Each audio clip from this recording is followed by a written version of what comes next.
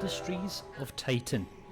Now, this is a game brought to my attention by Rock Paper Shotgun, a very reputable game site. They said this game had the potential to be one of the greats of the city builders. So I had to jump in and give it a try for myself. It's now out on early access on Epic Games, and they've got a number of interesting features that I think are quite key to this being one of the more innovative city builders of its time. As you can see here, we have a number of tiles, tile-based system for the city management within this overview. Collect resources, build up buildings, a kind of standard system. However, as we jump in here into the HQ, for example, you'll see that we have a grid system within buildings to be able to create interiors, and these interiors are almost factorial-esque, where you have to create resources, have supply lines, storage units, etc., and that's supposed to be one of the largest parts and the more interesting and innovative parts of this game. And this is obviously just the start of the game, where you're building up. You have a low amount of resources, just a few workers. Obviously build up your city. So we'll just blast off to see one of my more further on run-throughs, and you'll see how things are a little bit different later on in the game. So this is just an example of a late game city. As you can see, there are a number of different buildings that you can produce through a number of different resources. So you've got a few things you have to balance. You want to balance citizens. They are your main source of income in terms of credits, which is one of the resources, but you also have engineers. They are your workers, and you need to convert citizens to engineers as one of the mechanics. Some interesting mechanics where you can combine buildings together to have kind of an upgraded, increased capacity, for example. So two buildings side by side can be morphed into one larger building, and then each building can be upgraded 3 levels as well. And I think this is important because it gives you a bit more flexibility, a bit more kind of upgrades over time. You have some kind of more interesting power dynamics where things build up and you can build more interesting buildings, combine them together. There's a bit more strategy involved in building placement. However, there are some things that at the moment in the game are not fleshed out. In particular, as you can see here in the top left, is the smokestacks. Smokestacks, they take the waste, which every building produces waste, so that's kind of like as if your citizens were producing just standard household waste, but also manufacturing waste. They get burnt in smokestacks. Here, for example, in the mines, you get a lot of waste, and this produces pollution, and the pollution then goes on to affect your buildings in a dystopian world, and your citizens will die of pollution poisoning, basically, of pollution. And so there's meant to be a kind of dynamic where you need to balance where you're burning your smokestacks, your waste, and keeping them away from your citizen areas, and you can get increased pollution resistance, but this mechanic isn't actually well fleshed out. Another thing that's quite a key thing that's missing from this game, which I'm showing you a little bit now, is the grid system. Whereas here I've shown you that there is a grid where you can place buildings down. There needs to be some availability and space there, but in reality you can pack in items within these grids inside buildings to the point where there's no grids left. People don't need to be able to walk between spaces. There doesn't need to be any transporting of materials at the moment. So it's kind of a bit more of just a puzzle of trying to fit as much as possible in these buildings.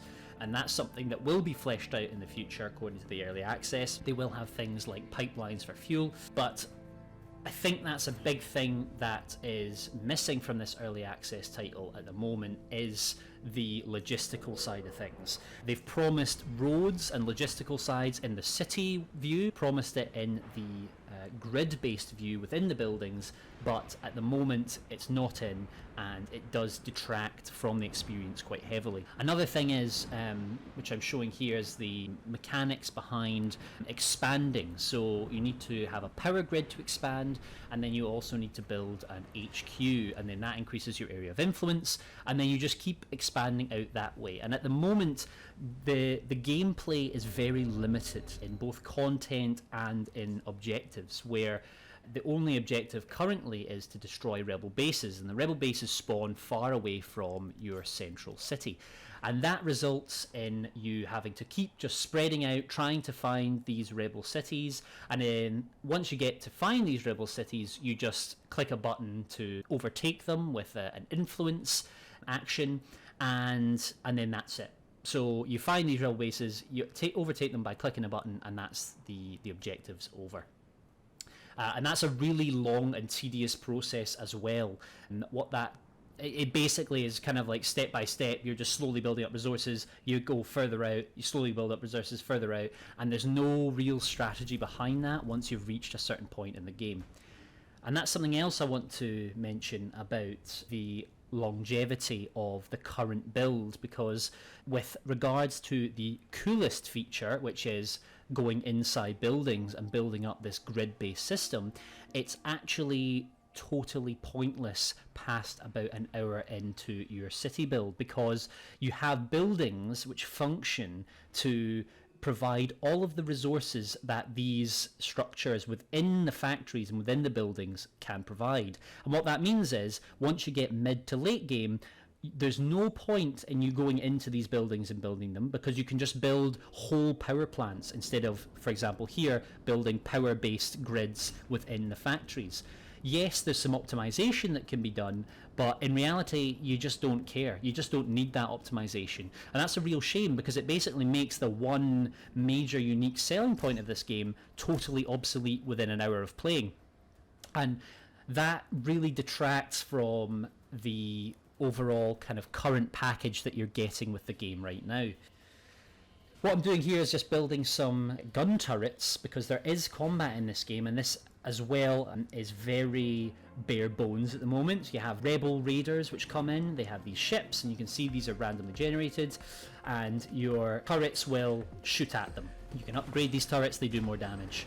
You also press this button here to take all of your buildings underground to burrow, and they're protected, and that means that your turrets will just shoot at the enemy spaceships, and they'll only damage your turrets, so you can easily repair them. However, large structures that have been combined cannot burrow. At the moment, this is very basic. There's only one defensive type of turret. You can just spam them, and the ships, they just come, they destroy your stuff, or they damage your stuff, you repair it, rinse and repeat. Again, in the future, they have a lot of plans. Some of the stuff sounds amazing, so we have a lot of things that are coming up here. They've got in their trailer, they've got ship combat, they've got shipyard where you build your own ships. That sounds really interesting.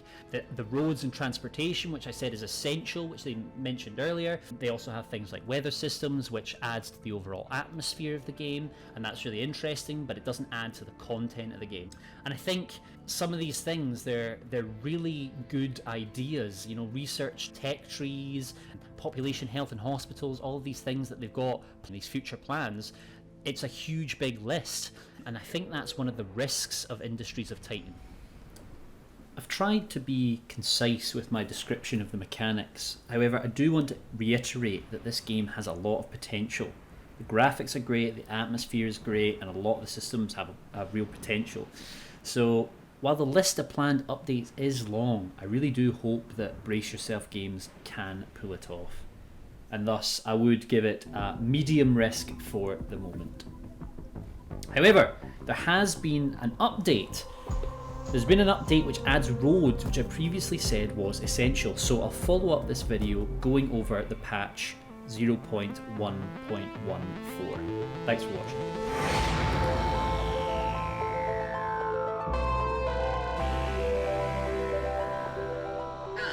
Founder, the Council is glad to see you. Put your fucking